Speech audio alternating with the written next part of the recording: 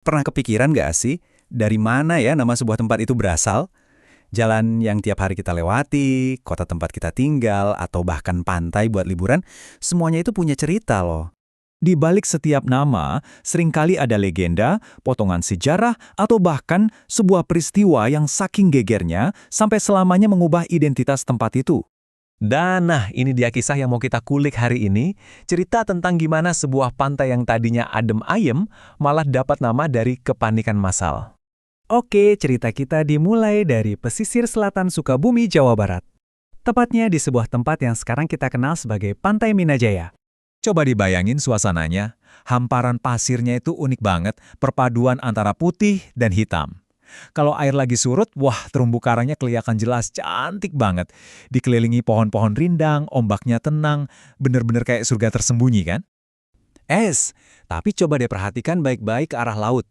Kira-kira 200 meter dari bibir pantai. Ada sesuatu yang aneh di sana. Kelihatannya kayak bongkahan batu karang gede yang udah berkarat. Tapi itu bukan batu. Itu adalah mesin kapal, saksi bisu dari sebuah cerita yang luar biasa. Nah, mesin kapal inilah kuncinya. Kunci buat membuka rahasia di balik nama pantai ini. Sebuah kisah yang mengubah segalanya. Jadi apa sih yang sebenarnya terjadi di sini? Yuk, kita putar waktu sama-sama. Kembali ke tanggal 12 April 1964. Waktu itu, pantai ini namanya bukan Minajaya. Orang-orang di sana kenalnya sebagai Pantai Kutamara. Dan di hari itu, ketenangan mereka benar-benar terusik. Jadi gini ceritanya. Pagi-pagi, tiba-tiba ada kapal besar misterius muncul di Cakrawala. Terus, pas siang, klakson kapal itu bunyi terus-terusan, nggak berhenti-berhenti. Warga yang tadinya bingung langsung panik. Mereka lari tunggang langgang ninggalin rumah menjauh dari pantai. Kabar pun menyebar cepat banget, ada invasi. Laporan langsung masuk ke pemerintah desa, kecamatan, sampai akhirnya polisi dan militer pun siaga penuh. Suasananya tegang banget. Nah, biar kita paham kenapa mereka bisa sepanik itu, kita perlu ingat konteks sejarahnya. Waktu itu, Indonesia sama Malaysia lagi panas-panasnya dalam periode yang disebut konfrontasi. Jadi bisa dibayangin kan? Begitu warga lihat ada kapal besar tak dikenal datang dari arah selatan, di pikiran mereka cuma ada satu hal yang mengerikan.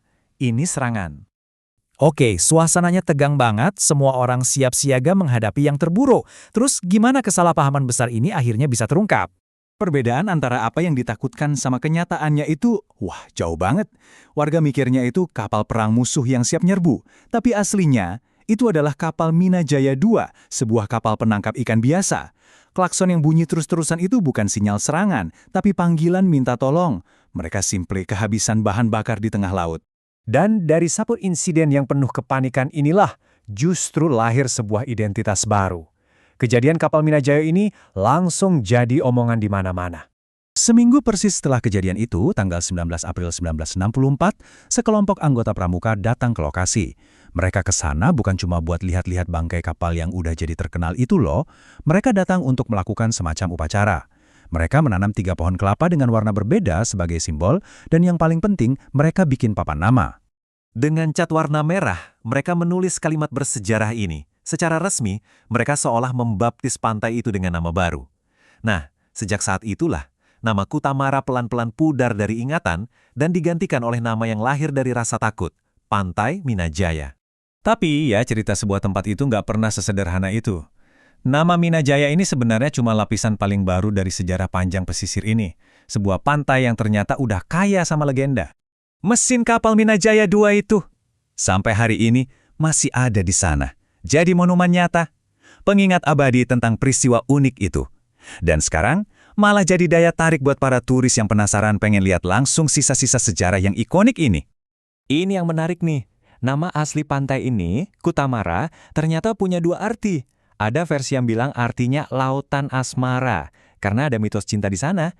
Tapi versi lain bilang artinya benteng pertahanan dari bahaya laut. Ironis banget kan, benteng pertahanan ini justru malah dikira lagi diserang. Kisah Pantai Minajaya ini jadi pengingat buat kita semua ya, bahwa di balik nama-nama yang kita anggap biasa aja, mungkin tersimpan drama, kesalahpahaman, bahkan kepahlawanan. Jadi penasaran kan, kira-kira cerita luar biasa apa lagi ya yang tersembunyi di tempat-tempat sekitar kita?